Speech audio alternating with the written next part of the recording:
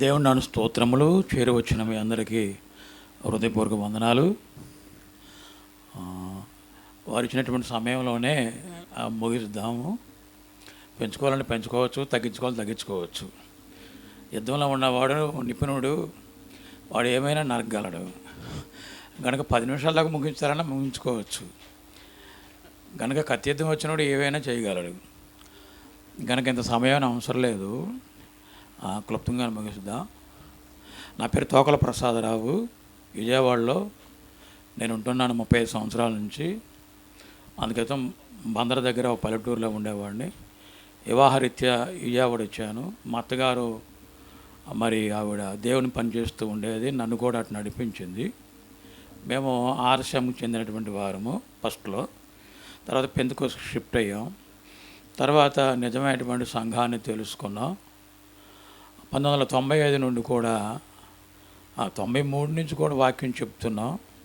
1995లో పిడి సుందరరావు గారు పరిచయస్తులు. అక్కడే ఈ ప్రభాకర్ గారిని, వారి వైఫ్ గారిని చూడటం జరిగింది. ఎప్పుడు? 1995లో.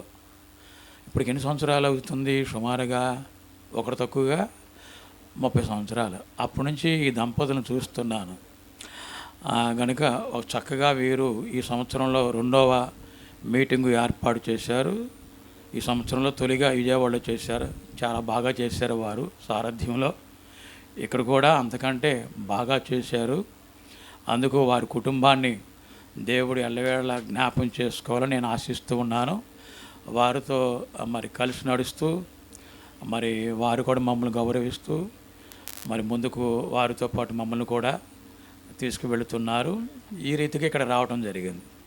ఈ ప్రాంగణానికి ఇది 2వసారి నేను రావటం. 2 సంవత్సరాల క్రితం అనుకోకుండా పాలవంచ వెళ్ళాల్సిన పరిస్థితుల్లో రాత్రిపూట ఇక్కడ చర్చ్ ఉంది కదా, అక్కడ వాక్యం చెప్పి ఈ సహోదరులు ఇంటివా నిద్రించి ఉదయాన్నే పాలవంచ వెళ్ళాం. అప్పుడు మాకు భోజనం ఏర్పాట్లు కూడా రెడ్డి గారి ఫ్యామిలీయే చేసింది. అది తింటున్నప్పుడు అది చికెనో తెలియలేదు, మటనో తెలియలేదు నాకు. నా సహోదరు చెప్తున్నాను, ఇది లేత మాంసం లాగుందో తమ్ముడు అంటే నిజమో అంటున్నాడు. అతను రాత్రి కూడా వచ్చాడు. నల్లగా ఉంటాడు, బొద్దుగా బాగా అరుస్తాడు కూడా, గుర్తుపెట్టే ఉంటారు. కనుక ఈ రెడ్డి గారి ఫ్యామిలీ ఆతిథ్యం బాగా ఇస్తుందని అర్థమైంది. కనుక నేను కూడా బైబిల్లో క్రమంగా డిబిడిహెచ్, బీబిడిహెచ్, ఎంబీడిహెచ్ చేసిన తర్వాత పిహెచ్డి చేశాను బైబిల్లో కూడా. నాకు డాక్టరేట్ తీసుకున్నాను. మళ్ళీ బుక్ రైటర్ను కూడా. ఈ బుక్స్ ద్వారా కూడా నాకు 4 అవార్డు కూడా వచ్చాయి. అందులో నేషనల్ అవార్డు కూడా ఉంది. కనుక ఎక్కడికైనా కానీ నేను ఇలాగే సాధారణంగానే కనిపిస్తూ ఉంటాను. ప్రభాకర్ అన్నగారు వాళ్ళ ఫ్యామిలీ కూడా నన్ను ఎప్పటి నుంచో చూస్తూ ఉంటున్నారు. ఇదేనా నేను కూడా ఇక్కడ రావడం జరిగింది. నిన్నే రావాల్సింది. ఫేస్బుక్ కేసు ఒకటి ఉంది, అది సత్తినపల్లిలో కేసు. అది దాని నిమిత్తం వెళ్ళాల్సి వచ్చింది. లేకపోతే ఇవాళ కూడా మీతోనే ఉండేవాడిని. ఏదేమైనా దేవుని దయలో మనం వెళ్ళవలసిన వారే ఉన్నాం. ఆ కేసు ఏంటంటే ముస్లిం సమాజం వారు పెట్టినటువంటి కేసు. అది నేను డిబేట్లు చేసేవాడిని. 7 డిబేట్లు చేశాను ముస్లిం సమాజంతో. ఇస్లాం సాహిత్యము, క్రైస్తవ సాహిత్యము, హిందూ సాహిత్యం బాగా స్టడీ చేశాము. హిందూ సమాజం మీద ఏం బుక్స్ రాయలేదు, కానీ ఇస్లాం సమాజం మీద రాశాము. యెహోవా అల్లాహు ఒక్కడు కాడని ప్రూఫ్ చేశాను. తర్వాత రక్త కన్నీరు అని ఇస్లాం సమాజం ఎలా ఉంటుందో పుట్టు పూర్వోత్తరాలని కూడా అందులో 16 అంశాలు ఇవ్వడం జరిగింది. బైబిల్లో మహమ్మద్ ఉన్నాడని వాళ్ళు మనవాళ్ళని వాడగొట్టిపోతున్నారు ఎప్పటి నుంచో. బైబిల్లో మహమ్మద్ లేడని ప్రూఫ్ చేస్తూ 27 అంశాలతో 263 పేజీలు రాసి అదిగో పులి ఇదిగో తోక అనేటువంటిది 1,20,000 ఖర్చు పెట్టేదాన్ని. ఇప్పుడు ప్రజెంట్ 1 గాడ్ అని రాశాను. ప్రొద్దున కూడా ఇక్కడ మధ్యాహ్నం పూట కూడా దేవుడితో నాతో మాట్లాడాడు అంటున్నాడు ఒక సహోదరుడు. బైబిల్ ఎక్కడా లేదు. ఉందా ఎక్కడన్నా? పాతకాలంలో మోషేతో మాట్లాడాడు. ఏం చెప్తున్నాడు? నన్ను చూస్తే మీరు చస్తారా అన్నాడు. అవునా? ఈ నూతన నిబంధనలో అపోస్తలుడు పౌలు ఏమన్నాడు? ఎవడు చూడలేదురా, చూడ నేరాడు. ఇది బైబిల్ చెప్తున్న సాహిత్యము. నీతో ఎవడు మాట్లాడాడు? ఇంతకు ఎవడు మాట్లాడాడు నీకుతో? చాలాసార్లు మాట్లాడేసేదంట. పాపం దెయ్యం మాట్లాడి ఉంటుంది వీడితో. అవును కదా? ఇప్పుడు ఈనాడు క్రైస్తవ సమాజంలో రచయితలు సరిగ్గా పాటలు రాయట్లా. 7వ తరగతి అనేక మార్లు తప్పినటువంటి ఆ యేసన్న గారు మంచి గొంతుకు చక్కగా భావాలను సమకూర్చగలడు, కానీ అనేక తప్పులు దానిలో ఉన్నాయి. దేవునికి స్తోత్రాలు చెప్పాలి, స్తుతులు చెప్పాలి, యేసయ్యకి వందనాలు చెప్పాలి, యేసయ్యకి స్తోత్రాలు చెప్పకూడదు. బైబిల్లో తర్జుమాల్లో ఎన్నో లోపాలు వెళ్ళాయి, ప్రింటింగ్ మిస్టేక్స్ ఉన్నాయి. అవి ఎరగక అవి నిదాలనుకుని బోధాన్ని వేసుకుపోతున్నారు. బైబిల్ అంత తియ్యటి పదార్థం కాదు. ఇక్కడ నిలబడి మిమ్మల్ని అందరిని మెప్పించేటువంటి సాహిత్యం కాదు, చాలా చేదు పదార్థం. తియ్యటి పదార్థాలు చెప్పేటువంటి వారు బోధకులు ఉన్నారు. అది నోటికి రుచిగా ఉంటుంది కానీ కడుపుకు, ఇది నోటికి నిజమైన సాహిత్యం నోటికి చేదుగా ఉంటుంది కానీ జీవితానికి అతి మధురముగా ఉంటుంది. కనుక ఈ బోధకులు అనేటువంటి వారు అనేక విధాలుగా నిలబెట్టి చెప్పాలని, నవ్వించి చెప్పాలనో, లేకపోతే బహుగా వారిని ఆనందపరచాలన్నటువంటి తత్వం ఉండకూడదు. పూర్వకాలంలో రచయితలు, పాట రచయితలు రాసేవారు.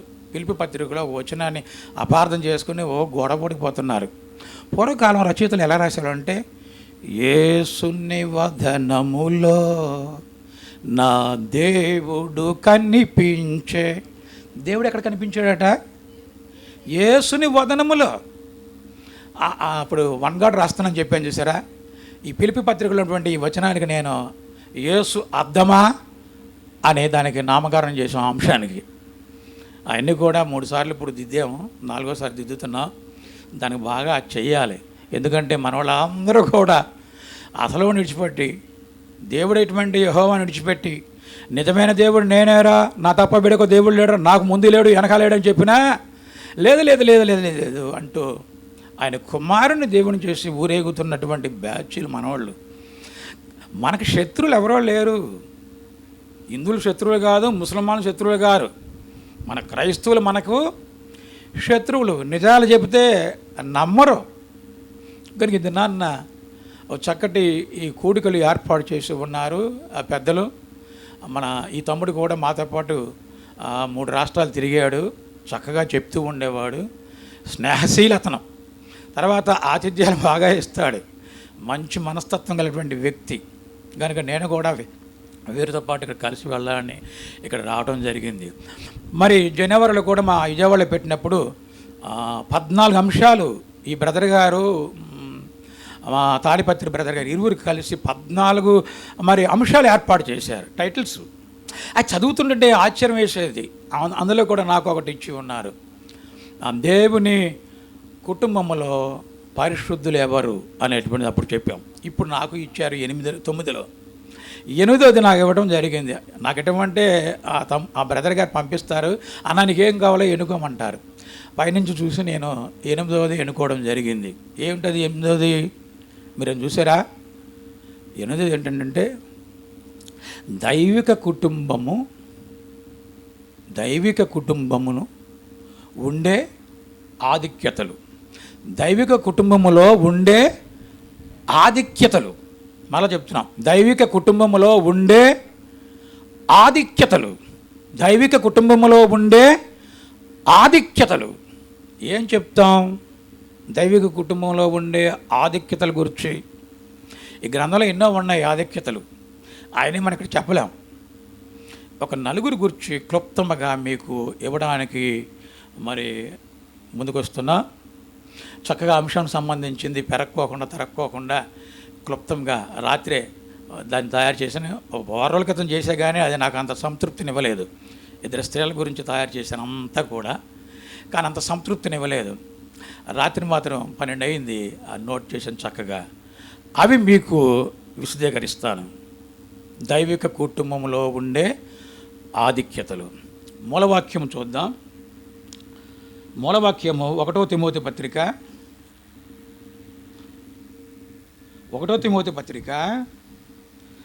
5వ అధ్యాయము 14వ వాక్యం చదువుకుందాం. కాబట్టి యవ్వన స్త్రీలు వివాహము చేసుకొని చాలు.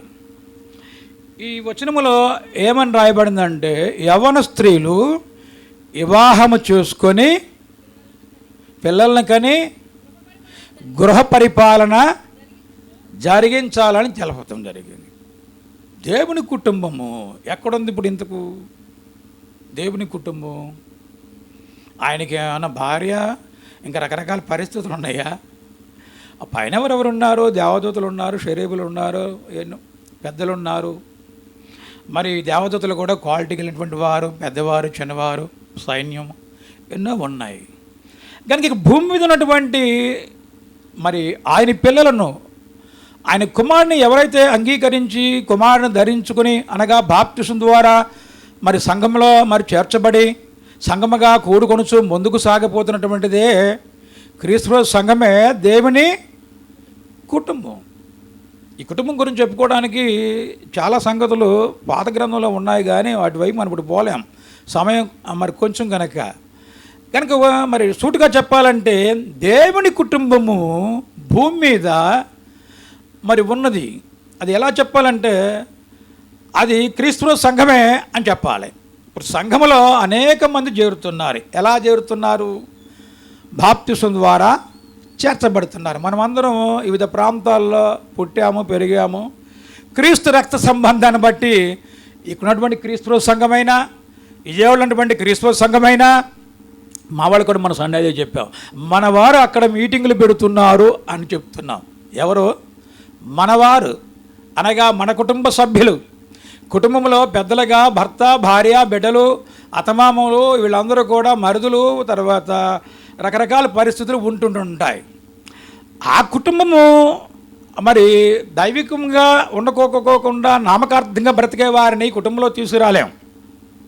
వాస్తవానికి కుటుంబ బాధ్యత ఎవరికప్ప చెప్తున్నాడు? దేవుడైనటువంటి యెహోవా ఎవరికప్ప చెప్తున్నారు? యవ్వన స్త్రీలు వివాహము చేసుకుని గృహ పరిపాలన చేయాలి, పిల్లల్ని కనాలి. ఇంతకు పరిపాలన ఎవరిది? ఇప్పుడు 4వ తారీఖున పరిపాలన ఎవరు చేయాలో కౌంటింగ్ జరగబోతుంది. ఎవరు చేయాలో, అవును కదా? దేశ ప్రధాని ఎవరు వస్తారో, మళ్ళీ తర్వాత మా ఆంధ్ర ప్రాంతానికి సీఎం ఎవరవుతారో ఆ కౌంటింగ్ రోజున వారికి వచ్చినటువంటి సీట్లను బట్టి అర్థమవుద్ది ఎవరికప్ప చెప్తున్నారు. కానీ కుటుంబంలో పరిపాలన ఎవరిది?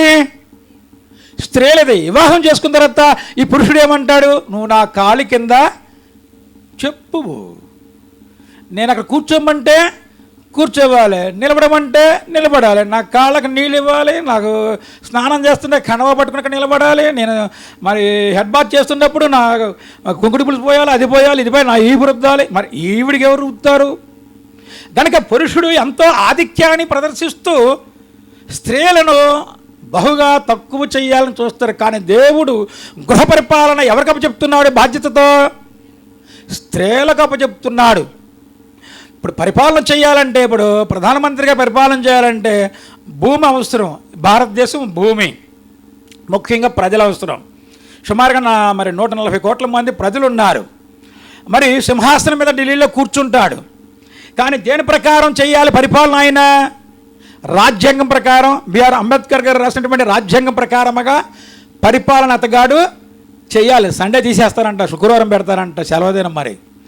మరి చూసారు ఎలా ఉంది పరిపాలనలో? కనుక పరిపాలన చేయాలంటే భూమి ఉండాలి, ప్రజలు ఉండాలి, చట్టం ఉండాలి. ఇక్కడ అట్లాగే ఈ యవన స్త్రీ వివాహం చేసుకున్న తర్వాత ఏ పరిపాలన చేయాలి? స్త్రీ గృహ పరిపాలన చేయాలి. అనగా అత్తమామలకి ఏం కావాలో, కన్నపిల్లలకి ఏం కావాలో, భర్తకి ఏం కావాలో, మరిదికి ఏం కావాలో, లేకపోతే ఎవరెవరికి ఏం కావాలో వీరిని చెప్పేది, చేయించేది ఎవరంటే ఎందుకు? ఎవరు? స్త్రీ. కానీ ఈ దినాల్లో ఎలా ఉంది, ఎలా ఉంటుంది? ఎక్కువగా పూర్వ దినాలు చూస్తే మరి స్త్రీలను బహుగా అణగార్చేవారు. ఈ లోకానుసార జీవితం వేరు. క్రైస్తవ సమాజాన్ని మరి సంబంధించినటువంటి విషయాలు దేవుడు తెలియజేస్తున్నాడు. క్రైస్తవులకు మరి గృహ పరిపాలన ఉన్నటువంటి ఈ స్త్రీలు వారే ముఖ్యమైన వారు. ఈ సహోదరుడు చాలా గొప్పగా చేయిస్తున్నాడు ఈ కార్యక్రమాలని. సహకరిస్తున్నటువంటి భార్య మరి ఎంతో సంయురాలు, నిదానస్తురాలు.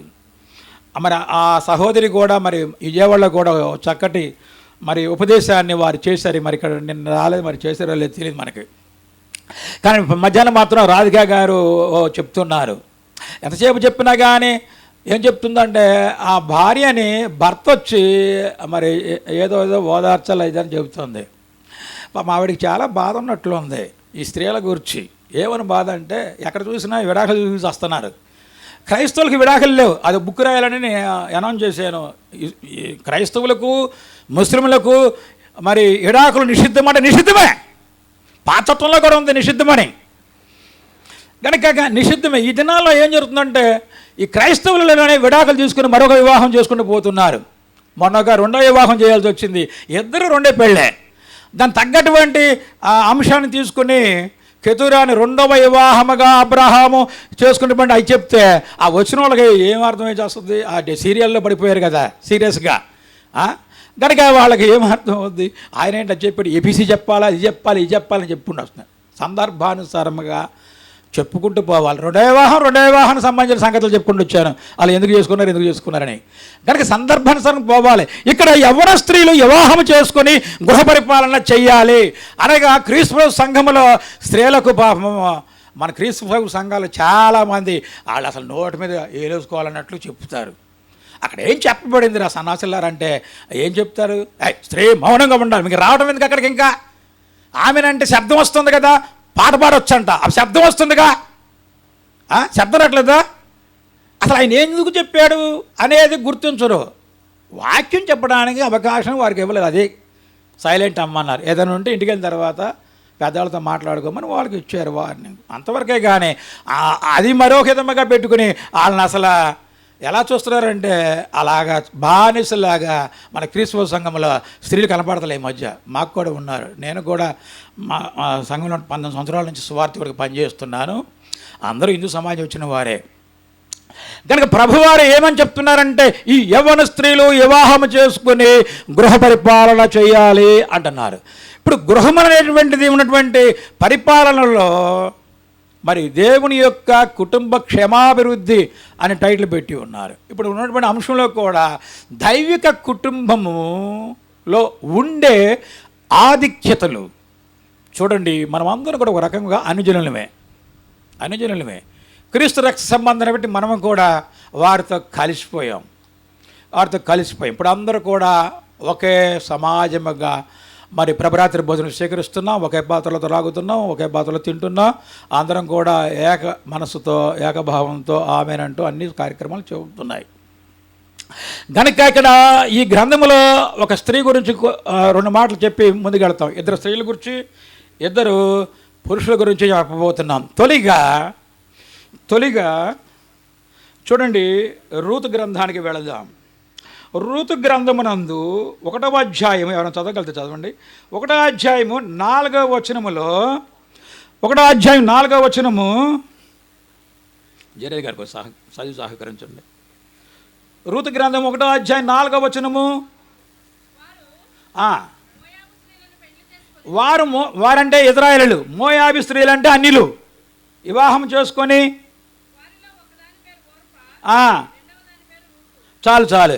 ఇక్కడ చూడండి, ఈ 2 కూడా ఆడవారు ఎవరై ఉన్నారంటే అన్యులై ఉన్నారు. దేవుని పిల్లలు కాదు వీరు.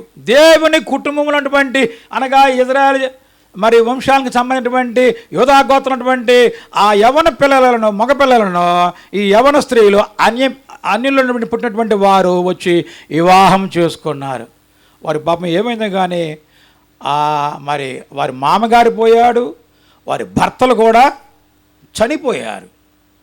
కానీ ఈ అన్యులు అయినటువంటి ఈ స్త్రీలు యూదా సమాజానికి చెందినటువంటి దేవుణ్ణి కలిగినటువంటి కుటుంబంలో, తర్వాత ధర్మశాస్త్రం ఉన్నటువంటి కుటుంబంలో వీరు కోడలుగా వచ్చి ఉన్నారు.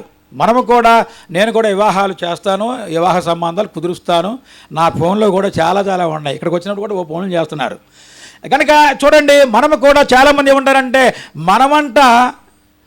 మనమంట క్రైస్తవులనే చచ్చుకోవాలి, మన పిల్లలను కూడా క్రైస్తవులుగా ఇవ్వాలి అంటారు. మా సంఘంలో ఒక కుటుంబము పెళ్లి చేసుకుంది. ఆ కొడుకుకి ఆ కులములనే కావాలన్నారు. కులం కూడిపెట్టదయ్యా నేను చెప్పినా కానీ నా మాట అనుకోకుండా వారి కులస్తులనే ఒక స్త్రీని తెచ్చి వివాహం చేసుకుని ఇద్దరు బాప్తిసాలు పొందారు. ఇప్పుడు ఇడాకులకు పోతున్నారు. వీళ్ళ తగు తీర్చలేక నేను సతమతం పడిపోతూ అరుస్తూ బరుస్తూ రకరకాల పనులు చేయాల్సి వస్తుంది. నేను కూడా వాళ్ళు తీసుకుంటే మరి ఏంటి, నేను వివాహం చేశాను, వాళ్ళు పైగా ఏమంటున్నారు, నీ మీద ఇక్కడ కేసు పెడతామంటున్నారు ఆ అమ్మాయి వాళ్ళు. ఇలాంటి వాళ్ళని మాకు చెప్పలేదు ముందు అంటూ. కనుక మన కుటుంబంలోకి ఎవరొచ్చినా కానీ, మన పిల్లలు బయటికి పోయినా కానీ ఎలా ఉండాలంటే ఈ స్త్రీలాగా ఉండాలి. ఈ రూతు అన్యురాలు కానీ యూదుల మధ్య నివసించింది. అన్యురాలు యూదులను కుటుంబంలో వివాహం చేసుకొని వారి మధ్యలో బ్రతికింది. రెండవదిగా చూడండి, చక్కగా తీసుకెళ్తాను. 4వ అధ్యాయం 12వ వాక్యం చదువుదాం. 4:12 చదువయ్యా.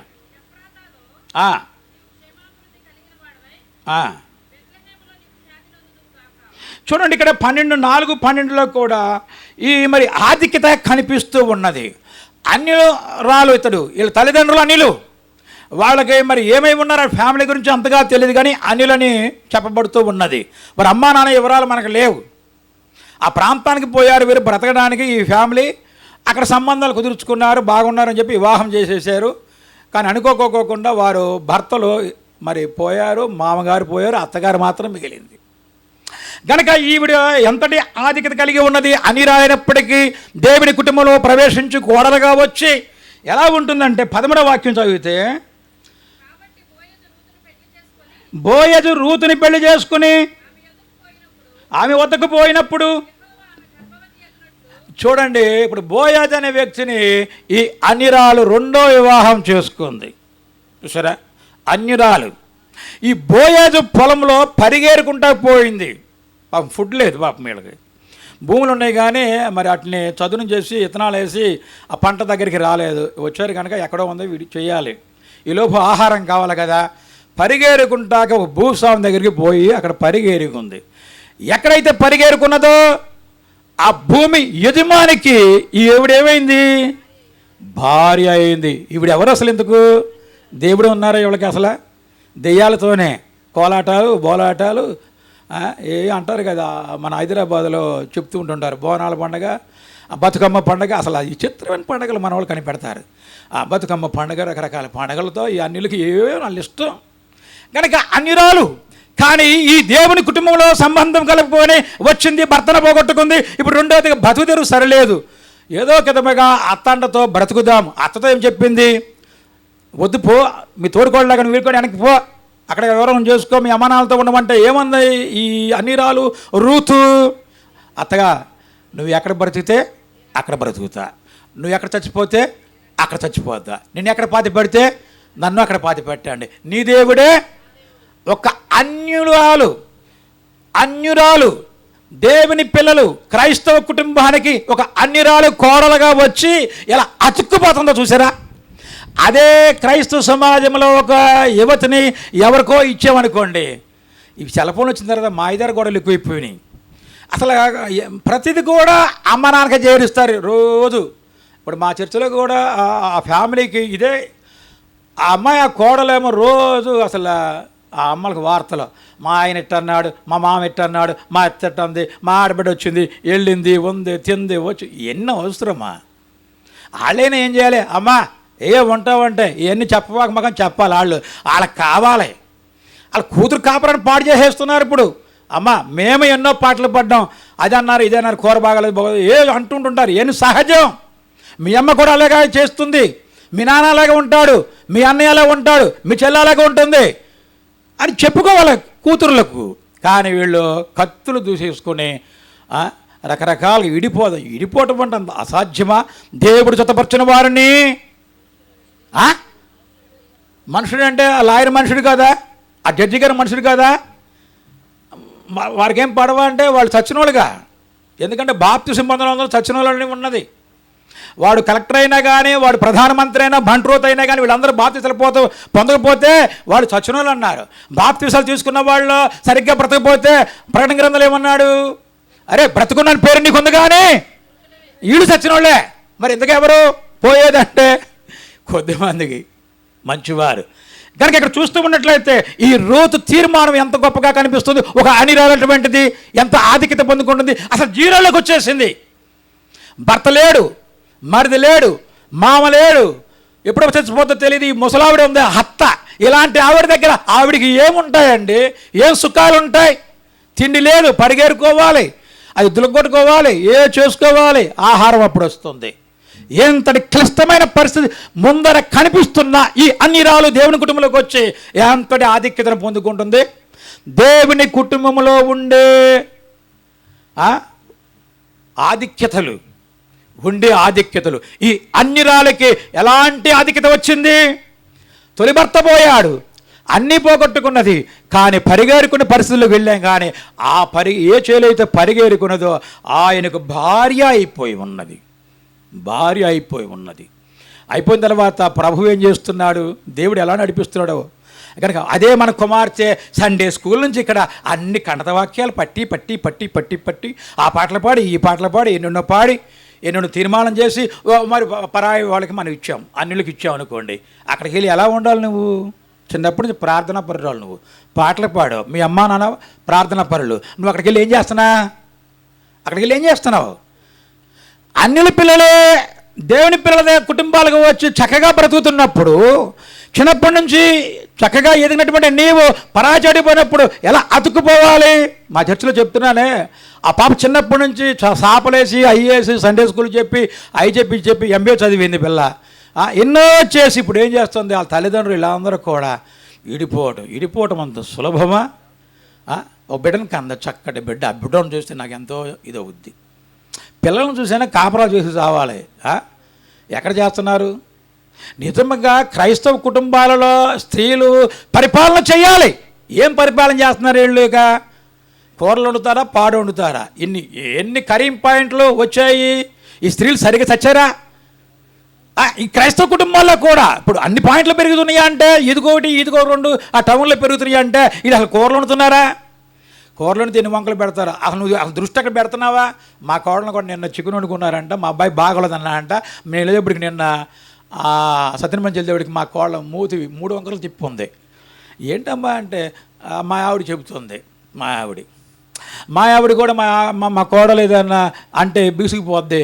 మా ఆవిడ పంచాయతీ నా దగ్గరికి పెడద్ది పద్దాక. నేను అంటాను కదా మా ఆవిడని బుట్టలో వేసుకుంటాకి, నువ్వు నాలాంటి వాడిని బరాయించావు, ఆవిడని ఆ చిన్న అమ్మాయిని బరాయించలేవా కోడల్ని అంట. నాలాంటినంటే ఆమె టౌన్లో పుట్టింది, టౌన్లో పెరిగింది, 3 జిల్లాలో తిరిగింది, ఏం తెలియదు, మూర్ఖత్వం మాట. భార్య దగ్గర గుణం కలిగి కాపురం చేసుకోవాలి తప్ప జగడాలు పెట్టుకోకూడదు. నేనేమంటున్నాను మాట మా ఆవిడతో, నన్నే బరాయించావు నువ్వు ఈ 30 సంవత్సరాల నుంచి, నీ కోడలు 3 సంవత్సరాలు అవుతుంది. ఆ పిల్లకి ఏం తెలుసు బాబు, పల్లెటూరు పిల్ల నాకులాగా ఏం తెలుసు అనగానే అంటే ఆవిడని హట్ చేయకోకుండా చక్కగా మాటలు చెప్పి ఈ విధంగా రోజు మాకు ఉంటుంది. ఇది ఎప్పుడు ఉంటాయి. క్రైస్తవ కుటుంబం అంటే ఏదో చక్కనైన కుటుంబం అనుకుంటాం. కాదు. అక్కడికి వెళ్ళి సీసీ కెమెరా పెట్టి మనం బయటకు చూస్తే అసలు ఎంత ఫైటింగ్లు ఉంటాయో క్రైస్తవ ఫ్యామిలీల్లో. ఎలా ఉంటాయి అనుకుంటున్నారు? మీరు వెళ్ళి అక్కడ చూడండి. చూసేది ఎందుకు? ప్రతి కుటుంబంలో ఉంటాయి. అపవాద అనేవాడు వీళ్ళని చక్కగా ఉండనేవాడు వీడు. అందుకే ఏమన్నాడంటే, గర్జించు సింహం వల్లే ఎవరిని మింగుదామా అని వాడు ఏం చేస్తున్నాడు? ఎక్కడ తిరుగుతున్నాడు? అన్యుల దగ్గర తిరుగుతున్నాడా? మన కుటుంబాల దగ్గరే. మనం ఎక్కడిచ్చాం పరాయి చోటన మన పాపను, అక్కడ తిరుగుతాడు, ఏదో చేస్తాడు, ప్రశాంతత ఉండనివ్వడు. కనుక ఈ స్త్రీకి చూడండి ఎంతటి ఆధిక్యతగా ఇస్తున్నాడు దేవుడు. దేవుని కుటుంబంలో ఉండేటువంటి ఆధిక్యతలు ఈ అన్యురాలటువంటి రూతు అసలు దారి లేదు, డొంక లేదు అన్నట్టు పరిస్థితుల్లో ఇప్పుడు ఒక అతనికి భార్య అయిపోయింది. భూస్వామికి భార్య అయిపోవడమే కాకోకుండా ఓ పండంటి బిడ్డను ప్రభువైనటువంటి యెహోవా గర్భము దారి మరి వారికి అనుగ్రహిస్తున్నాడు. ఎంతటి ఆధిక్యత! దేవుని కుటుంబంలో ఉండేటువంటి ఆధిక్యత ఎలా ఉంటుంది? విధేయతను బట్టి ఆధిక్యత వస్తుంది, కానీ అవిధేయతను బట్టి ఆధిక్యత రాదు. నేను త్వరగా తీసుకోలేను కనుక చూడండి 17వ వచనం చదువుదాం. 17వ వచనంలో ఈ రూతులోనే 4వ అధ్యాయం 17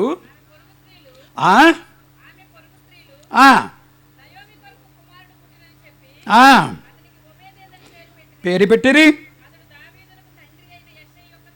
చూసారా ఎలాంటి వారికి కొడుకుని కంద? చూసారా? దావీదు తండ్రి మరి పుట్టేట్లుగా ఈ కుర్రాడు వచ్చాడు. అసలు చూడండి, అసలు ఎంతటి గొప్ప వంశము, 12 గోత్రాలు, ఎంతో విలువైన వంశము. దావీదు సంబంధించినటువంటి ఫ్యామిలీ, అందులో మళ్ళీ యూదా గోత్రంలో స్పెషల్ ఏమిటంటే దావీదు ఫ్యామిలీయే అత్యంత స్పెషల్. కనుక ఈ అన్యురాలకి దేవుని కుటుంబంలో ఆధిక్యత ఎంతగా వచ్చి ఉన్నది. ఒక గొప్ప ఫ్యామిలీకి సంబంధించిన ఒక వారసుని కనటం జరిగింది. ఇది దేవుడిచ్చినటువంటి దీవెన, దేవుడిచ్చినటువంటి ఆధిక్యత. ఎందుకు ఇచ్చాడు దేవుడు ఈ అమ్మాయికి అన్నట్లయితే, ఈ అమ్మాయి తీర్మానాలు అలాంటివి. ఎలాంటివి? నీ దేవుడే. మాకొక దేవుడు ఉన్నాడు. ఆయన పాడు చేశారు చూసారా, సొలొమోన్ని హృదయం తిప్పేశారు వాళ్ళందరూ కూడా. ఆయన ఎక్కడైనా కత్తి పట్టుకున్నట్టు కనపడ్డా? ఆ పక్కనున్న దేశంలో మరి ఆ రాజు కుమార్తె, ఈ పక్క దేశంలో రాజు కుమార్తె, ఎక్కడ చూసినా కానీ వాళ్ళందరం చేసుకున్నాడు. ఏ మామైనా కానీ కత్తి పట్టుకుని వస్తాడా? ఏమి రాడు. కనుక ఆయన పరిపాలన అట్లా వెళ్ళిపోయి ఉన్నది.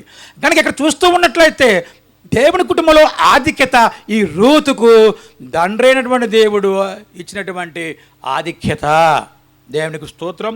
రెండవదిగా చూసినట్లయితే రెండవ స్త్రీ ఎస్తేరు. ఈ రూతు అన్యురాలై యూదుల మధ్య నివసించింది, దేవుని ఆధిక్యతలో పొందుకోగలిగింది. ఇప్పుడు యోధా సమాజానికి చెందినటువంటి ఈ ఎస్తేరు అన్యుణ్ణి వివాహం చేసుకోవడం జరిగింది. ఎక్కడ నివసించిందంటే ఈవిడ అన్యుల మధ్య నివసించిన యూదురాలు. ఎస్తేరు గ్రంథం 2వ అధ్యాయం 5 నుండి 7 వాక్యాల్లో ఉంటుంది. మనం చదివించడం సమయం లేదు కనుక 2వ అధ్యాయం 5 నుండి 7 వచనాలు చదివితే ఈ యూదురాలు అన్యుల మధ్య నివసించింది. ఈ అన్యుల మధ్య నివసించమంటే ఈవిడకు దేవుడు ఉన్నాడు, ధర్మశాస్త్రం ఉంది, నీతి, మరి అనేక విషయాలు. చిన్నతనం నుంచి తల్లిదండ్రులు పోగొట్టుకుంది. మరి మొర్దెకై పినతండ్రి యొక్క కుమార్తె ఈవిడ. కనుక మొర్దెకై కూడా ఈ ఎస్తేరును దత్తత తీసుకుని కుమార్తెగా సాగుతూ ఉన్నాడు. అన్యుల మధ్య నివసించినటువంటి యూదురాలు ఎలాగో నివసించగలిగింది? వీళ్ళకి ఒక ధర్మశాస్త్రం ఉంది, వీళ్ళకి ఒక దేవుడు ఉన్నాడు, వీళ్ళ కట్టుబాట్లు ఉన్నాయి. ఎవరికి నమస్కారం చేయరు, తండ్రి అయిన దేవుడికి మాత్రమే నమస్కారం చేస్తారు. ఇలాంటి వారికి దేవుని కుటుంబంలో ఆధిక్యాలు ఎంతగా ఉంటాయంటే ఈ ఎస్తేరు చరిత్ర కానీ ఈ ఎస్తేరుని పెంచినటువంటి మొర్దెకై యొక్క విషయాలు చివరికి తారాస్థాయిలోకి వెళ్ళిపోయి బహు ఉన్నతమైన స్థితులకు వెళ్ళిపోయి ఎంతటి ఆధిక్యతలకు వెళ్ళిపోయారు దేవుని కుటుంబంలో అటువంటి వీరందరూ కూడా. ఈ ఎస్తేరు చూడండి, అన్యుల మధ్య నివసించింది, తర్వాత అన్యుని వివాహం చేసుకుంది. అన్యుణ్ణి బెల్షాతను చంపేసిన తర్వాత మరి కోరేషును దర్యావేషు ఇద్దరు మరి మామ అల్లుళ్ళు ఇద్దరు కూడా, మేనమామ మరి మేనల్లుడు. ఈ కోరేష్ గురించి కూడా యెషయా గ్రంథంలో ఇతడు పుట్టక్రితమే 200 సంవత్సరాల క్రితం ప్రవచనం ఉంది. నా కుమారుడైనటువంటి కోరేషును నేను పిలిచితిని అన్నాడు. అక్కడ కోరేష్ అని ఉంటే కురేష్ అని చెప్పి ఇస్లాం సమాజం వాళ్ళు ఎగేసుకుంటూ వస్తున్నారు. అరే బాబు, కోరేషురా, కురేష్ కాదు అని నేను కూడా వివరించుకోవాల్సి వచ్చింది ఆ పుస్తకంలో కూడా, అదిగో పిలుగు తోకలో కూడా. కనుక వారు అనంతరం తర్వాత వీళ్ళు మాత్రం రిటర్న్ రాలేదు. 70 సంవత్సరాల శిక్ష పూర్తయిన తర్వాత అక్కడే ఉండిపోయి ఉన్నారు వీరు. యెకొన్యాను పట్టుకుపోయాడు నెబుకద్నెజరు, అప్పుడు వీళ్ళు అక్కడికి పోయారు. అప్పుడు వెళుతున్నప్పుడు కూడా ఈ మరి చూస్తున్నట్లయితే ఆ దానియేలు అప్పుడు 17 సంవత్సరాల వయసు ఉంటుంది. వారందరూ శిక్షకాలం అయిన తర్వాత మరి జెరుబ్బాబెలు నాయకత్వంలో, తర్వాత నెహెమ్యా గారు, ఎజ్రా గారు, వీడి యొక్క నాయకత్వంలో అందరూ రిటర్న్ వచ్చారు. కానీ వీడు అక్కడే ఉండిపోయారు. ఏ కారణం చేత తెలియదు మనకు. ఉండిపోయారు కనుక ఈ ఎస్తేరు అన్యుల మధ్య నివసించిన యూదురాలు. అంతేకాదు ఈవిడ చూడండి, అన్యుల మధ్య అన్యుని వివాహం చేసుకుంది. ఎస్తేరు గ్రంథం 2వ అధ్యాయం 17 వాక్యం చదివితే, ఎస్తేరు గ్రంథం 2వ అధ్యాయం 17 వాక్యం ఏం చెప్తుందంటే, ఒక అన్యుని వివాహం చేసుకుంది ఈ ఎస్తేరు. ఎవరిని చేసుకుంది? బంట్రుతం చేసుకుందా? రాజుని. అబ్బబ్బబ్బబ్బబ్బ, బానిసలకు దేవుని కుటుంబంలో ఎంతటి ఆధిక్యత!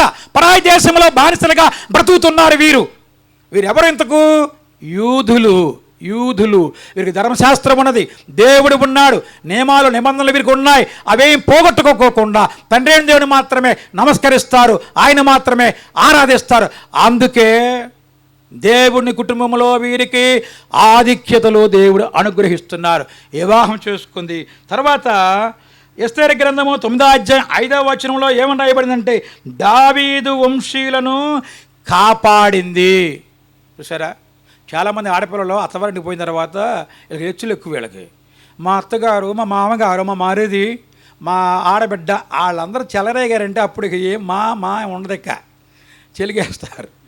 కనుక అక్కడ పోయినారు తల్లిదండ్రులు మర్చిపోతారు. బాగా మర్చిపోకూడదు ఆడపిల్లలు కూడా. ఇక్కడ చూడండి ఏం చేస్తుందా ఈ ఎస్తేరు, ఏం చేస్తుందా అంటే దావీదు వంశీయులను మరి పాడు చేయాలని చూస్తున్నప్పుడు హామాన్ అనేటువంటి వాడికే ఏం చేసిందంటే ఏ సిలువుకు అయితే అక్కడ రెడీ చేసాడో వాడి ఫ్యామిలీతో సహా వేయించింది. ఎలా వేయించగలిగింది?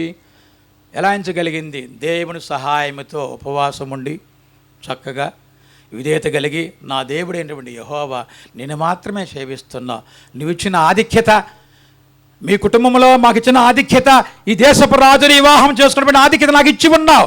ఈ దేశంలో ఉన్నటువంటి ఈ యూదులందరూ కూడా చంపివేయాలని ప్రయత్నిస్తున్నారు కనుక మాకు ఆధిక్యతలు కోల్పోయే పరిస్థితులు చెప్పినప్పుడు ఆ రాజు అంటాడు కదా, ఈవిడ మాటను అంగీకరించి సానుకూలపరిచి ఈ కుటుంబానికి ఆధిక్యతలు ఇస్తున్నారు. అంతేకాదు ఈవిడిని పెంచి పెద్ద చేస్తున్నటువంటి మొర్దెకై ఆ దేశానికి ప్రధానమంత్రి అయ్యాడు. ఎంతటి ఆధిక్యత! దేవుని కుటుంబంలో ఉన్నటువంటి ఆధిక్యతలు ఏమిటి? బానిస, నమస్కారం పెట్టబోతే బహుగా తిట్టినటువంటి మరి పరిస్థితులు అతనికి ఉన్నాయి. అలాంటి అదే స్థలంలో ఏమై ఉన్నాడంటే ప్రధానమంత్రి. చూసారా, మనకు అడ్డగించేటువంటి వారు అనేకులు ఉంటారమ్మా. కానీ మనం ఓర్పుతో ఉంటే దేవుడు అవి చేసి తొలగిస్తారు. మనుషులనైనా ఏటినైనా కానీ మనకు ఆటంకాలు కలిగించే వారిని తొలగిస్తాడు. చూడండి, 2 స్త్రీలు అయ్యారు, మరొక 2 మరి పురుషుల గురించి చెప్తానన్నాను కదా. చూడండి 2వ సమూయేలు గ్రంథము 3వ వాక్యము 3వ అధ్యాయము 1వ వచనం చదువుదాం. చదువు నాయన. 2వ సమూయేలు 3వ అధ్యాయము 1వ వాక్యం గట్టి చదువమ్మా. సౌలు కుటుంబీకులను దావీదు కుటుంబీకులను బహుకాలము. చూడండి, 2 కూడా ఏమై ఉన్నారు? వరుసగిళ్ళు మామల్లుళ్ళు. మామేమో అల్లుడి మీద కత్తి దోస్తాడు. ఈయన కూడా చాలాసార్లు పాపం ఓర్పుతో అక్కడ పారిపోయి ఇక్కడ పారిపోయి చాలా చేశాడు. ఈ సౌలు కుటుంబానికి దావీదు కుటుంబానికి ఎంతకాలం యుద్ధం జరిగిందంట? ఈ 2 కుటుంబాలు కూడా ఏమైంది? అది బెన్యామీను గోత్రము, ఇదేమో యోధా గోత్రము. తండ్రి అయిన దేవుడు ఈ బెన్యామీను గోత్రానికి రాజరికం చేసేటువంటి అదృష్టాన్ని కలగజేశాడు దేవుడు. చివరి గోత్రం, అల్పమైన గోత్రం. బాగా చెప్పాడు తమ్ముడు, అల్పమైన గోత్రం. అందులో యూదులు యోధావారితో వీరు ఎందుకు కలిసి ఉన్నారంటే ఆ మ్యాప్ చూస్తే ఆ యోధావారు పైన ఉంటారు, యెరూషలేము మొదలుకొని అన్నీ కూడా. ఈ కింద భాగంలో ఈ బెన్యామీను గోత్రం వాళ్ళకి భూములు వచ్చాయి. వీళ్ళు ఎటు పోలేరేక ఎరకపోయి వచ్చామరా ఇరికిపోయినట్లుగా ఉంటుంది వీళ్ళ పని కూడా. కనుక పక్కన ఉన్నటువంటి 10 గోత్రాలకి విశాలమైన భూభాగం. కనుక ఈ బెన్యామీను గోత్రానికి దేవుడు రాజ్య పరిపాలన చేసేటువంటి అవకాశము కల్పించాడు. కానీ వీరేం చేశారంటే నా కొడుకు నా తర్వాత రాజు అవ్వాలని చెప్పి ఆయన ఉద్దేశంతో అల్లుడిని హతమార్చాలన్నాడు అనే ఎన్నో ప్రయత్నాలు చేశాడు. కనుక ఎంతకాలం చేశారండి వీళ్ళు యుద్ధాలు? బహుకాలము. 2 దేవుడు ఉన్నాడు. దేవుళ్ళు 2 ఉన్నారా? ఒకడు ఉన్నాడా? 2 ఒక్కడే. చట్టం 2 ఉన్నాయా 3 ఉన్నాయా? ఇప్పుడు బైబిల్ గ్రంథంలో అందరికీ ఒకే సాహిత్యం ఒకే విధంగా రాశాడు. మధ్యాహ్నం ఒక బ్రదర్ ఇక్కడ కూర్చుని అంటాడు కదా, అనేక సిద్ధాంతాలు తీసి పక్కన పడాయి. బైబిల్ సిద్ధాంతం ఒక్కటే. కాకపోతే అప్పుడు ప్రింట్ అయినప్పుడు తర్జుమాదారులు లోపాలు జరిగాయి. అది మానవ లోపాలు, మనం సరి చేసుకోవచ్చు, తప్పలేదు, సరి చేసుకుని ముందుకు సాగవచ్చు. కనుక ఒకే ఒక సిద్ధాంతం. 2 కూడా ఒకే దేవుని కలిగి ఉన్నారు. కానీ వీరేం చేస్తున్నారు? యుద్ధాలు చేస్తున్నారు. క్రైస్తవ కుటుంబం పక్కనే ఉంటుంది. అసలు ఈ దినాల్లో క్రైస్తవులే మాట్లాడుకోరు. పాస్టర్ గారితో మాట్లాడరు. మా సంఘంలో కూడా నాతో కొన్నిసార్లు మాట్లాడరు వాళ్ళు. ఎందుకు తెలుసా?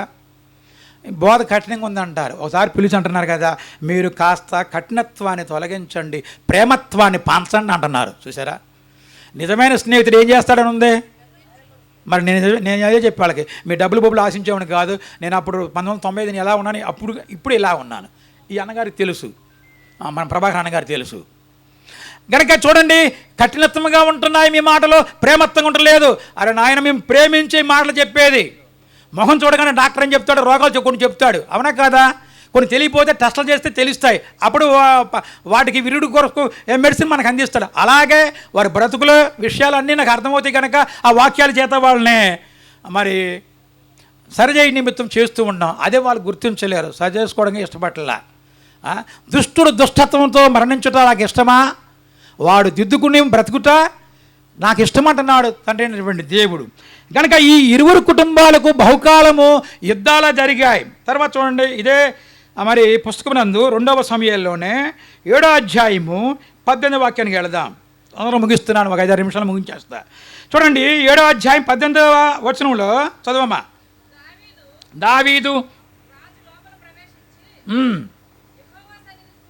యెహోవా సన్నిధిలో కూర్చున్నాడు. దావీదు గారు వచ్చి ఏమని చెప్తున్నాడు? ఇలాగ మనవి చేశాను. ఎలాగూ?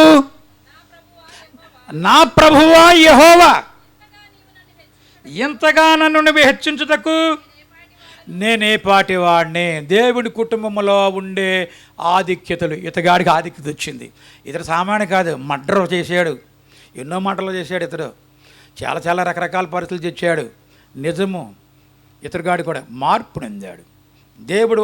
దేవుడే భయపడ్డాడు ఇతరికి చేసిన తప్పులు చెప్పడానికి, అవునా కాదా? ఒక ప్రవక్తను పంపించాడు. ఏమని? ఆ ప్రవక్త అని చెప్పాడు యెహోవా దేవుడు, అబ్బాయి నీకు కథ చెప్తున్నాను, ఈ కథలో ఆయన చెప్పురా అన్నాడు. ఒక కథ చెప్తున్నాను, ఆ కథ నేను చెప్పు, ఆ కథన తర్వాత ఇందులో ఉన్నటువంటి సూత్రధారి ఎవడంటే అప్పుడు నువ్వు అని చెప్పు అన్నాడు. ఎన్ని జాగ్రత్తలు తీసుకుంటున్నాడు దేవుడు, చూసారా? అలాగా ప్రవక్త గారు వెళ్ళి ఒక కథ వినిపించాడు. ఈ కథలో ఇంత కఠినత్ముడు ఉన్నాడు, వాడు ఎవడు అని ప్రశ్నించగానే అది నీవే అన్నాడు. వెనక తిరిగిపోయాడుగా, చూసారా? అంటే దావీదు ఏ స్థాయిలోకి వెళ్ళిపోయాడు? తారాస్థాయిలోకి వెళ్ళిపోయాడు. అందుకే దేవుడు చెప్పిన మాటలు, 3 శిక్షలు ఇస్తున్నారా నీకు, ఏది కావాలో ఎన్నుకో అన్నాడు. అప్పుడు తర్వాత ముందు మాత్రం ఎన్ని జాగ్రత్తలు తీసుకున్నాడు దేవుడు, చూసారా?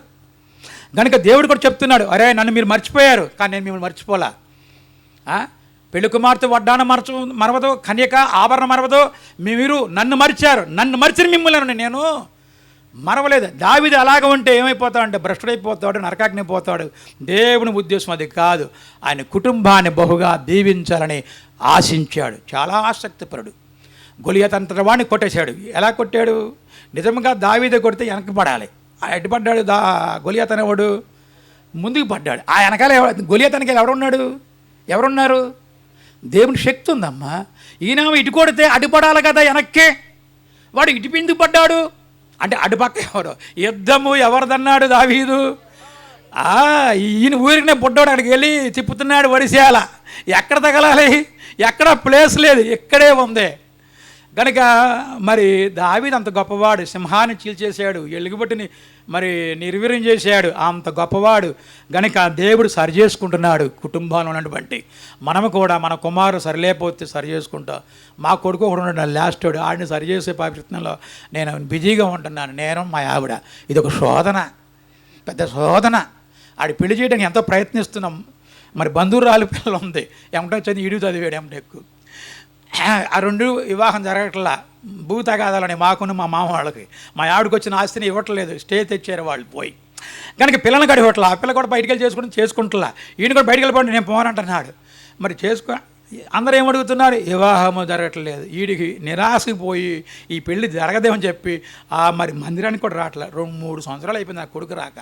ప్రతి ఆదివారం కూడా ఏం చెప్తున్నాం అంటే ప్రార్థనలో చెప్తున్నాం, ఈ బుద్ధి లేని వాడికి బుద్ధి ఇవ్వయ్యా, సాంప్రదాయ వివాహం జరిపించయ్యా, నా కుటుంబం అంతా మీ సన్నిధిలో ఉండాలి అని ప్రార్థన చేస్తున్నాం. చూసారా ఎలాంటి పరిస్థితి వచ్చిందో సేవకుడికి? అపవాది సామాన్యుడికి కాదు. ఇక్కడ దావీదు కూడా చూడండి, ప్రభువారు ఏం చేస్తున్నా అంటే, నా ఈ కుటుంబాన్ని ముందు చదివయ్యా 18లో ఉన్నాం మనం. నేను ఏ పార్టీ వాడిని, నా కుటుంబం కూడా ఏ పార్టీది.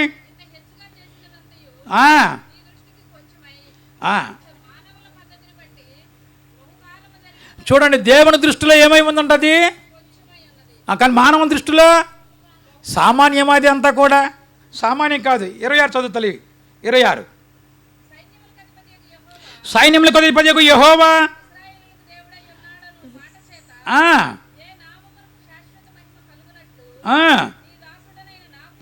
నీ దాసుడైన నా కుటుంబము నీ సన్నిధిని స్థిరపరచబడినట్లు నీవు సెలవిచ్చిన మాటను. అసలు దేవుని కుటుంబంలో ఉండే ఆధిక్యత ఏమిటి? ఆధిక్యతలు నిజముగా ఇతను గొర్రెలు కాసుకునేవాడు. ఒక రోజున మరి ఆ కొడుకుల్లో యెషయా కొడుకుల్లో ఎన్నిక చేయాల్సి వచ్చింది ఆ పాస్టర్ గారికి, సమూయేలు పాస్టర్ గారికి. అలా చెప్తే కొంత మనం అర్థం చేసుకోవచ్చు. అక్కడికి వచ్చారు, పెద్దవాడిని చూశాడు, వీడియో అనుకున్నాడు, హీరో అనుకున్నాడు, బట్టలు చూసి వాడు మరి చుట్టూ ఎంటుకలు తీసేసేసి వాడు చక్కగా ఉన్నాడు. ఇప్పుడు ఎక్కడ చూసినా అయ్యాక మంగళవాళ్ళ పని లేదు, కత్తులు పట్టుకునే పని ఏం లేదు, డ్రర్ అంటున్నారు, అయిపోతుంది. ఇప్పుడు ఆడవాళ్ళు బిగిన్ చేశారు, అవి కూడా ఆడవాళ్ళకు కూడా ఇక్కడ తీసే అక్కడ తీసే కాళ్ళ తీసే ఏళ్ళు తీసే అసలు డబ్బులు అయిపోతున్నాయి. ఒకసారి చూసాను, షాప్ ఉంది మా దగ్గరలో, ఒక షాప్ ఉంది. అసలు రేట్లు ఎలా ఉన్నాయిరా అని చూస్తే ఏది చూసినా 200 పైనే ఉంది ఈ ఆడపిల్లలు లోపలికి వెళ్ళే వాళ్ళకి. మాకెంతరా అని చూస్తే నాకు క్రాపేసి కొద్దిగా రంగేసడానికి వాడికి 130 తీసుకుంటాడు. వీళ్ళ చూస్తే అమ్మో. కనుక ప్రభువారు చూడండి ఎలాగ తెలియజేస్తూ ఉంటున్నాడో. ఇక్కడ చూసినట్లయితే ఎంతటి పరిస్థితి దేవుడు ఆధిక్యత ఇస్తున్నాడు చూడండి. దావీదు గురించి 29వ వచనం చదువుదాం. 29వ వచనం, దయచేసి నీ దాసుడైన నా కుటుంబము నిత్యము నీ సన్నిధి ఉండునట్లుగా. కుటుంబాలు దేవుని సన్నిధిలో ఉండాలమ్మా. ప్రతి ఆదివారం మొన్న మన మధ్య కోళ్ళలో వచ్చింది, రెండో సంతానం కనిగి మనవడు పుట్టాడు. ఇప్పుడు ఆడికి 7 నెలలు రన్ అవుతున్నాయి. కనుక వాళ్ళు రాకెత్తాం, మా కుటుంబం అంతా మీ సన్నిధిలో ఉండాలయ్యా, నువ్వు ఇచ్చిన అవకాశాన్ని సద్వినియోగం చేసుకునే మొత్తం నేను నా భార్య మీ సన్నిధికి వచ్చాం. నా పెద్ద కుమారుడికి ఆదివారం సెలవు దొరకట్లేదు, వాడి సెలవు ఇవ్వయ్యా. మా చిన్న కుమారుడు మూర్ఖుడై తిరుగుతున్నాడు, వాడి మూర్ఖత్వం తొలగించయ్యా. చూడండి ఎలా అడుక్కోవాల్సి వస్తుందో దైవ సేవకుడు. చూసారా, అపవాది ఎవరినైనా ఎత్తుకుపోగలదు. యేసుప్రభుని ఎత్తుకుపోయింది ఒక రోజున, అవునా కదా? యేసుప్రభు వెనక తిరుగుతున్న ముఖ్యుల్లో ఎవరు ముఖ్యుడు? ముగ్గురులో ముఖ్యుడు. మళ్ళీ ఎవరు? పేతురు గారు. ఈలోకి వెళ్ళిపోయిందా? ఏమంటుంది? యేసుప్రభు ఏమన్నాడు? పేతురా అన్నాడేమన్నా? అబ్బాయి ఏం నామకరణం చేశాడో దేవుడు. చూసారా, ఆయన వెనక తిరుగుతున్న గ్యాంగిలోనే ఇద్దరిని పట్టేసింది. అది ఒకనేమో యోధవాడిని ఆడి ముందే పెట్టుకుంది. తర్వాత ఈ ముగ్గురులో ఈ ముఖ్యమైన వాడిని, ముఖ్య ప్రశ్నలు అంటారే, అలాగే ఈ ముఖ్యమైనటువంటి ఈ శిష్యుని పట్టుకుని అవన్నీ జరగకుండా ఉండుగాక. నేను ఇక్కడ మా ఆవిడని అప్పుడు గుర్తిస్తా, నీకు ఏ జ్ఞానం లేదు, ఆ జ్ఞానం లేదు, ఈ జ్ఞానం లేదు, ఏ జ్ఞానం లేదు అని అంటుంది. మా ఆవిడ కాదు, ఇందులో వాడు వచ్చాడు అనుకుంటా. అలాగే చూస్తా మా ఆవిడ ఇంకా అని అని అని ఎంతసేపు తిడద్దే తిట్టుకోమని చెప్పి అలాగే ఉంటానే అనలేను. పాపం స్త్రీలు బలహీనమైన ఘటాలు ఎంచి మీరు ఏం చేయాలి? పరిపాలన ఆలదే, మనం వాళ్ళని పొగడాలి. పొగడపోతే ఎన్నో పాటలు పడాలి మగవాళ్ళు. పరిపాలన స్త్రీలది అన్నాడా మగవాళ్ళది అన్నాడా? నేను కూడా డబ్బులు పట్టుకుపోయి మా ఆవిడకి ఇస్తాను, లేదా నా దగ్గర పెట్టుకుని అమ్మ ఏం కావాలి, బయటకు వెళ్తున్నా, కూరగాయలకు వెళ్తున్నా, ఏ కాయలు కావాలి, నీ కొడుకులు ఏం తింటారు, నువ్వేం తింటావు అని అడుగుతాం. ఇక మనం తినే పక్కన పెట్టు. కనుక అవన్నీ కూడా ఏమేమి ఉన్నాయి అంటే, కుటుంబాలు దేవుని సన్నిధిలో ఖచ్చితంగా, ముఖ్యంగా సేవకుల కుటుంబాలు అంతా కూడా పిల్ల జల్లా గొడ్డు కోతంటారు చూసారా పూర్వకాలంలో, అలాగే ఆ కుటుంబం వాళ్ళే కాదు, విశ్వాసుల్లో కుటుంబాలు కూడా పిల్లలతో సహా. కొంతమంది పాటలైన తర్వాత, కొంతమంది ఆ సగం ప్రసంగం అయిపోయిన తర్వాత కానుకలు వేసేటప్పుడు వస్తారు. ఇలాంటి పరిస్థితులు చేయకూడదు. ఏదో ఒక సందర్భంలో లేట్ అయి ఉండవచ్చు. నెక్స్ట్ ప్రభుదినం మందు అలాగ నువ్వు ఉండకూడదు. ఉంటే దేవుడు ఆ సన్నిధిలో ఉంటున్నాడు. అలా ఎందుకో ఆరాధనకి వెళ్ళి మనం ఎందుకు? ఈ నెలలో 7వ తారీఖున వార్షికోత్సవం జరిగింది మాది. ఆ సంఘంగా కూడుకున్నటువంటి తారీఖు అది 7వ తారీఖు, 19వ వార్షికోత్సవం. ఇప్పుడు నాకంటే ముందు చెప్పినటువంటి సహోదరుడు చెప్పాడు, మనం దేవుణ్ణి కలుసుకోవడానికి వెళుతున్నాం ఆరాధనకు. ఎవరిని కలుసుకుంటాకి? అసలు ఇప్పుడు దేవుని సన్నిధికి వెళ్ళి దావీదు ఏం చెప్తున్నాడు? లోపలికి వెళ్ళి అక్కడ కూర్చుని అసలు కత్తి పట్టుకుంటే అసలు ఆగుతాడు ఎవడన్నా కానీ. అలాంటి వ్యక్తి సాధు స్వభావం అయిపోయి దేవుని కోరుకున్నది విధేయతే.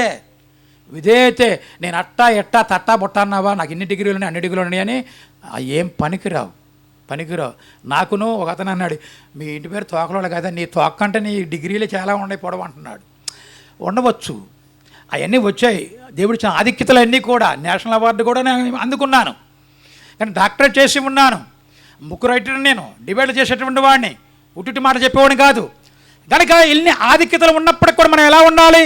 నా భార్య దగ్గర కూడా నేను ఎంతో విధేయతగా కనపరచాలి. పరిపాలకురాలు ఆవిడ, ఏమేమి ఉన్నది? భార్య, నీకు భార్య అయి ఉండవచ్చును, కానీ ఆ స్త్రీకి దేవుడు ఇచ్చిన ఆధిక్యత ఏమిటి? గృహ పరిపాలన చేయుట. ఆ పరిపాలన నువ్వు ఉంటున్నావు. ప్రధానమంత్రి పరిపాలన చేస్తున్నావు, మనకి ఇష్టమైనా లేకపోయినా. మరి 5 సంవత్సరాలు ఆయన కింద మనము ఆయన చెప్పిందన్నీ కూడా చప్పట్లు కొట్టాలంటే కొట్టాలి, లైట్లు ఆర్పాలంటే ఇప్పుడు ఆదివారం తీసేస్తానరా మీకు, శుక్రవారం పెడతానని అంటున్నాడు. మరి అధికారం వాళ్ళ చేతులకు వస్తే మనం ఏం చేసేది? ఇక బరాయించాల్సిందే. ముడి పడిపోయిన తర్వాత భర్త భార్య ఇద్దరికి ఏం డిస్కుం పసుకులు ఎన్ని ఉండా ఆ 4 గోడల మధ్యలో ఉండాలి. నేను అటు వెళ్ళిపోతా, మా అమ్మగారింటికి పోతా, నాకు అవసరం లేదు, కేసు పెట్టి నిన్ను కూని చేస్తా, అది చేస్తే ఏమి అనకూడదు, విధే చూపించాలి. అక్కడ ప్రమాణం ఏం చేసావు? నన్ను చావే. మీరు అనలేదా? మీరు క్రైస్తవులు పెళ్లి చేసుకోలేదా? మన ఇద్దరిని కూడా మరణమే దూరం చేయాలని చెప్తుంది. ఇక్కడ చూసినట్లయితే చూడండి 29లో అంటున్నాడు కదా, మరలా చదువుదాము. దయచేసి నీ దాసుడైన నా కుటుంబమును నిత్యము నీ సన్నిధిన ఉండినట్లుగా దీవించు అని అడుగుతున్నాడు. నిత్యము ఉండాలంటే ఏమిటి? లాస్ట్ అండ్ ఫైనల్గా 2 ప్రశ్నలు చదివి ముగించుకుందాం. చూడండి, దేవుని కుటుంబంలో ఆధిక్యతలు కావాలంటే సౌలు ఫ్యామిలీ లాగా ఉండకూడదు. అన్ని రాలైనటువంటి యూదులతో ఉన్నటువంటి సంబంధంతో చక్కగా ఆధిక్యత కలిగి ఉంది. యూదురాలైనటువంటి ఎస్తేరు ఆధిక్యత సంపాదించుకుంది. దావీదును సౌలును పోట్లాడుకున్నారు, కానీ ఆధిక్యత సౌలు ఫ్యామిలీ అందుకోలేకపోయింది. సౌలు కూడా సమాధానం ఉన్నప్పుడు మర్డర్ చేశాడు పరాయి వారిని. దావీదు పరిపాలనకు వచ్చిన తర్వాత 3 సంవత్సరాలు వర్షం పడుకోకుండా, ఆహారం లేకోకుండా దేవుడు చేశాడు.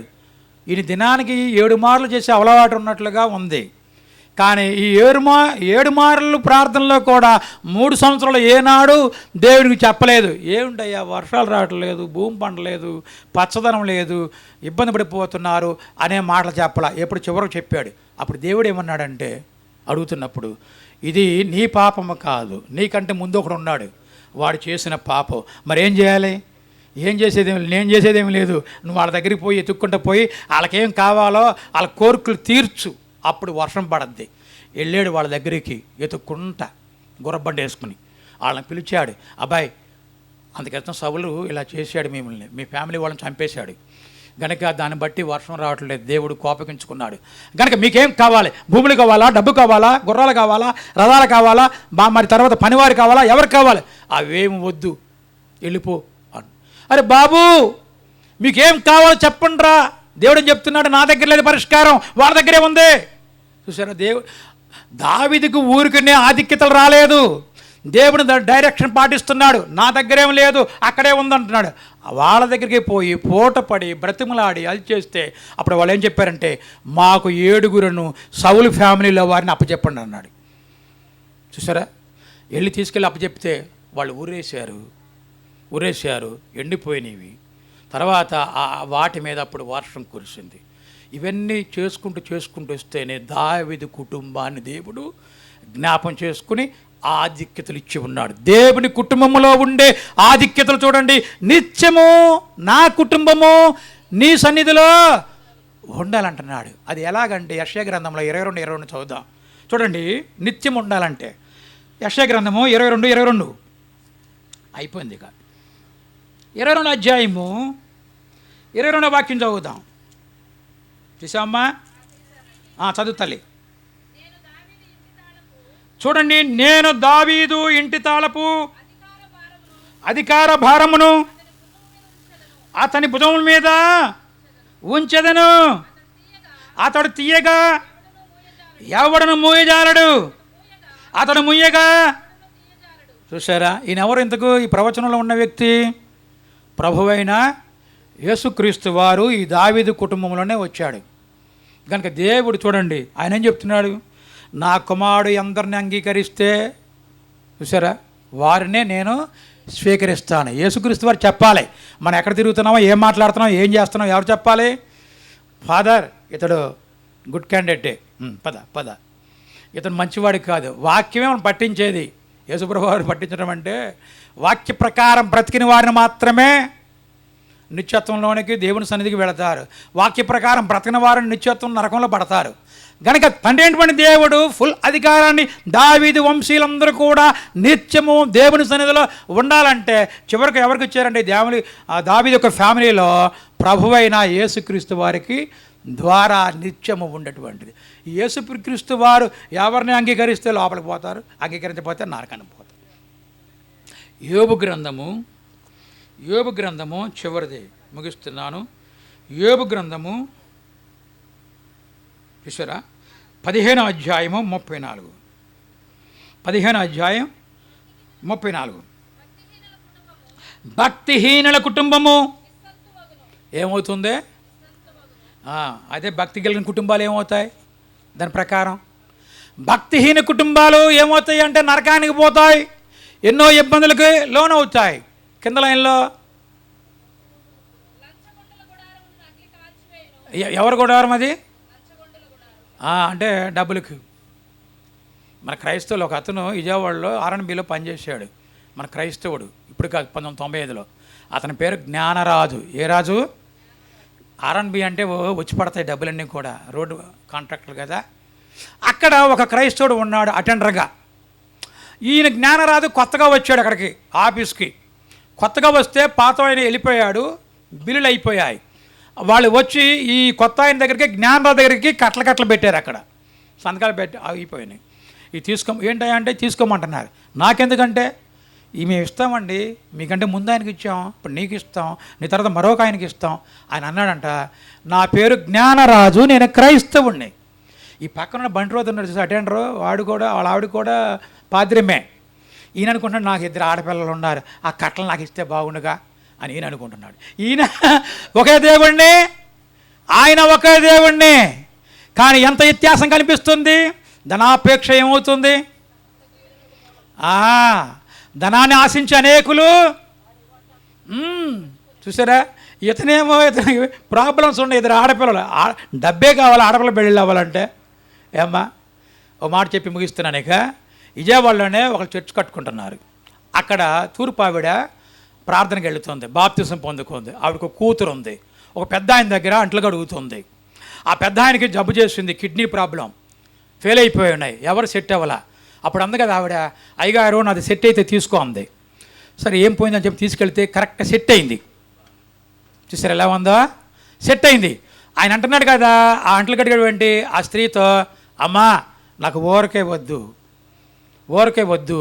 డబ్బులు తీసుకో ఇమ్మన్నాడు. అయ్యా డబ్బులు నాకు వద్దు పదా అని చెప్పి హాస్పిటల్కి వెళ్ళి కిడ్నీ ఇచ్చేసింది. అయిపోయిన తర్వాత అతను 3 లక్షల డబ్బు అక్కడ పెట్టి ఇచ్చాడు, తీసుకెళ్ళి అమ్మనికి ఆడపిల్ల ఉంది. అప్పుడు ఆవిడకి ఏం గుర్తొచ్చిందంటే అక్కడ నిర్మాణం జరుగుతుంది, ఏమి ఇవ్వలేకపోతుంది, అంట్లు కడిగి ఆవిడ కదా, ఏమి ఇవ్వలేకపోతుంది పాపం, అర్థలేడు. అప్పుడు ఆవిడకేమి ఎరిగిందంటే మెరుపులాగా అయ్యగారు నిర్మాణం చేస్తున్నాడు, అనేకులు ఇస్తున్నారు వివిధ రూపాల్లో. ఆ 3 లక్షలు పట్టుకుపోయి అయ్యగారి దగ్గర పెట్టి ప్రార్థన చేసుకుంది. ఆయనకు కూడా మరి అంత నిర్మాణం జరుగుతుంది కదా, ఎవరిస్తారో ఎదురు చూస్తారు కదా పాస్టర్ గారు. కనుక అది తీసుకుని చక్కగా వాడుకున్నాడు. ఒక నెల అయిపోయిన తర్వాత అడుగుతున్నాడు ఆ యజమాని, అమ్మా నీకు 3 లక్షలు ఇచ్చే కదా, నీ కుమార్తె వివాహం తలపెట్టిపోయా అంటే, అయ్యా ఆ 3 లక్షలు పట్టుకెళ్ళిపోయి మా అయ్యగారు మందిరం కట్టుకుంటుంటే అక్కడ ఇచ్చానయ్యా. అదేంటమ్మా కిడ్నీ ఇచ్చావు, డబ్బులు ఇచ్చాను, నీకు ఆడపిల్ల ఉంది, భర్త లేడు, అంట్లు కడుకుంటున్నావు, తర్వాత మరి అద్దుకుంటున్నావు కదా అంటే, నా దేవుడు గొప్ప దేవుడు అయ్యగారు, ఆయనే చూసుకుంటాడు. ఆడపిల్ల పెళ్లి చేయాలంటే ధనమే కావాలా? దీనికి ఇష్మాయిల్ ఉంది. ఆ కోటీశ్వరుడు 4 లక్షలు తెచ్చి అక్కడ పెట్టి అంట్లు కడగడం అయిపోయిన తర్వాత, అమ్మా ఎడ్రా ఈ 4 లక్షలు ఈ తీసుకెళ్ళి నీ కుమార్తె పెళ్ళి చేసుకో. ఇప్పుడు ఎన్ని లక్షలు వచ్చాయి? 7 లక్షలు వచ్చాయి. 7 3 వెళ్ళి దేవుని దగ్గరికి. చూసి ఎట్ట ఉందో? దేవుని కుటుంబంలో ఉండే ఆధిక్యతలు ముందు దేవుని ప్రాధాన్యత ఇవ్వాలి. రోమపత్రికలో ఉంది కదా, ముందుగా నాకు ఇచ్చి ఎవ్వరు ప్రతిఫలం పొందగలరని ఆయనే ఛాలెంజ్ విసురుతున్నాడు. పాటలు పాడి ప్రసంగాలు చేసి ఏమైపోతే ప్రొద్దున వచ్చిన తర్వాత జయరాజ్ గారి ఇంటికాడ ఉండి ఒక అతనితో మాట్లాడుతున్నాను. అతను కూడా ఇక్కడ రాలేదు అంటున్నాడు కదా ఇక్కడ అని చెప్తుంటే, నీకు రిటర్న్ వచ్చేటప్పుడు ఏమి ఇస్తారా బ్రదర్ గారు అన్నాడు. అదేంటయ్యా, అది నా కుటుంబం, క్రీస్తు ప్రభు కుటుంబం. అదేంటే అయితే ఆయనకి చచ్చప్రైస్తే మళ్ళీ వాడి పార నుంచి డబ్బు వస్తుంది మళ్ళీ. కానీ ఏమంటున్నాడు, నీకేమిస్తారు అంటున్నాడు. చూసారా, ఈ క్రైస్తవులు ఉన్నటువంటి ఈ పాస్టర్ గారులందరూ కూడా దీనికి అలవాటు పడిపోయారు బాగా. ఆ మధ్య ఎంత బిజీ జరిగిందంటే మా విజయవాడలో, అక్కడ పోయి అక్కడే తీసుకుని ఎక్కడ తీసుకుని అసలు ఒక్కొక్కడు చాలా డబ్బులు పోగు చేసుకున్నారు పాస్టర్ గారులు అందరూ కూడా. ఇప్పుడు ఎవడు పోగు చేసుకుంటాడు, ఎవడు ఇచ్చేవాడు లేడు. వాళ్ళు అంటున్నారు కదా, వచ్చినప్పుడే తెచ్చుకోవాలి. ఎంత తెలివి మన వాళ్ళకే. చూసారా, కనుక ధనం అవసరం లేదు కూతురు పెళ్ళి అవ్వాలంటే. కనుక ఆ జ్ఞానరాజు ఏం చెప్తున్నాడు చూసారా, నా పేరు జ్ఞానరాజు. ఆ తల్లి పెట్టిందంట భక్తురాలు. జ్ఞానరాజు, జ్ఞానమునకు రాజు అతడు. ఏముంది అతని దగ్గర, నాకు జీతం వస్తుంది అప్పట్లో 35,000 అంట అతనికి. నా జీతం డబ్బులు నా కుటుంబానికి సరిపోగా మిగులుతున్నాయి. ఇక్కడ జీతం తీసుకోగానే పొట్లం కట్టి మా సేవకునికి నేను ఎక్కడైతే బాప్తిసం పొందుకున్నానో, ఎక్కడైతే నేను ప్రభురాత్రి భోజనం తీసుకుంటున్నానో, నా సేవకుడు నా కొరకు, నా తల్లి కొరకు, మా కుటుంబాల కొరకు కన్నీరు కార్చి ఆయన సేవ చేసి ఉన్నాడు. ఇత్తనాలు వేసి ఇప్పుడు చెట్టుగా పెరిగాను నేను. ఈ కాయలు కోసుకుని తినే అవకాశము, అదృష్టము, హక్కుదారుడు అతడే. ముందుగా అతనికి ఇస్తాను, తథమై నేను వాడుకుంటాను. దేవుడు అది చెప్తున్నాడు. ముందుగా నాకు ఇచ్చి ప్రతిఫలము పొందుకోగలవాడు ఎవడు? కనుక దేవుని కుటుంబాల్లో ఆధిక్యతలు రావాలంటే మంచి సుగుణాలు ఉండాలమ్మా, మంచి సుగుణాలు. చివరిగా మరొక మాట చెప్పి ముగిస్తున్నాను. ఒక అతను లారీ డ్రైవర్, 6 కొడుకులు, లారీ డ్రైవర్. వారము 2 వారాలు వెళ్ళొస్తాడు అషాముకో బసాముకో. ఈ 6 పిల్లలు, మగ పిల్లల్ని పెట్టుకొని ఈ స్త్రీ బ్రతుకుతుంది, చదివిస్తుంది. 3 పూట్ల ఆహారం పెట్టలేని పరిస్థితులు ఆయన తెచ్చే డబ్బుల్లో పూర్వకాలంలో 2 పూటలే తింటున్నారు. రాత్రిపూట ఒక్కొక్క మంచం దగ్గరికి వెళ్ళి 2-3 పడుకునేవాళ్ళు వాళ్ళ దగ్గరికి వెళ్ళి కాళ్ళ దగ్గర పట్టుకుని దేవుడికి చెప్తుంది, అయ్యా ఈ కుమారుణ్ణి జ్ఞాపం చేసుకో, నా భర్త వెళ్ళి ఉన్నాడు లారీ డ్యూటీకి, ఈ కుమారుని దీవించు, ఈ కుమారుడు చదువుకు కావాల్సింది, ఇవన్నీ చెప్తూ 1 గంటన్నర వాళ్ళ మంచాల చుట్టూ ప్రార్థన చేస్తూ ఉండేది. అతను తిరిగి వచ్చేవాడు, ఆ డబ్బులన్నీ ఆ అమ్మాయికి ఇచ్చేవాడు, భార్యకి. ఆ కుర్రోళ్ళు 6 కదా, ఏ గొడవలు వచ్చి కొట్టుకుంటుంటే వాళ్ళని ఏమనేవాడు కాదు, భార్యని పిలిచి ఈ చెంప వాయి కొట్టేవాడు. వాళ్ళకి ఏం అర్థమైంది అప్పుడు, అరే మనం పోట్లాడుకుని తన్నుకుంటే మనల్ని కొట్టుకోకుండా నాన్న అమ్మను కొట్టేస్తున్నాడు రా, కానీ మనం ఇప్పుడు ఏం చేయాలి? ఎంత పాఠం చెప్పాడు డ్రైవరు. అంత బండిని తిప్పడమే కాదు, ఈ కుటుంబాన్ని కూడా పరిపరాలు అయినటువంటి ఈవిడ నిజంగా హృదయపూర్వకం కొట్టలేదు, హృదయపూర్వకం కొట్టలా, ఆయన సెట్ చేయడానికి కొట్టాలి. అనేక మార్లు భార్యను కూడా తిట్టవచ్చు అంటే అమ్నాపులు తిట్టకూడదు, గద్దించవచ్చు. ఏమిటమ్మా, ఏబు కూడా గద్దించాడు, మూర్ఖురాలు అనుకోకుండా మూర్ఖురాలు మాట్లాడినట్టుగా అంత తెలివి ఉపయోగించాడు డాక్టర్ గారు. మరి ఆపరేషన్ చేసేటువంటి విషయంలో మరి ఎక్కడ ఉండే ఆ అవయాలు తెలియాలి. ఆనపివాడికి ఏం తెలుస్తాయి, అన్నీ కట్ చేసేస్తాడు. నిపుణుడు అవసరం. అలాగే భార్యాభర్తలు దేవుని కుటుంబంలో చక్కగా ఆధిక్యతలు కలిగి మీ పిల్ల పాపను చక్కగా దేవుళ్ళని పెంచుకోండి. ప్రభు మిమ్మల్ని అందరిని కూడా దీవించునుగాక. మీ అందరికి హృదయపూర్వకమైన వందనములు, మీ అందరికి దైవాశీస్సులు.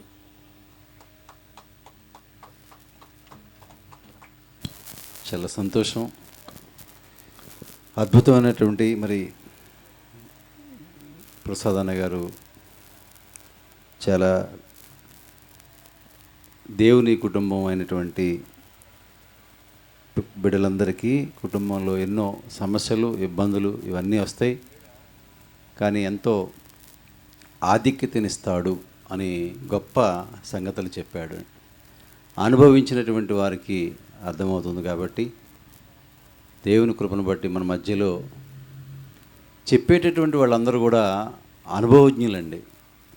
నిజంగా మన మధ్యలో ఉన్నటువంటి మరి ప్రసాద్ అన్న గారికి ప్రత్యేకమైనటువంటి లోతైన విషయాలు చెప్పారు. వారికి వందనాలు తెలియజేసుకుంటూ, చివరి రోజు కాబట్టి కొంచెం లేట్ అవుద్ది, దయించండి.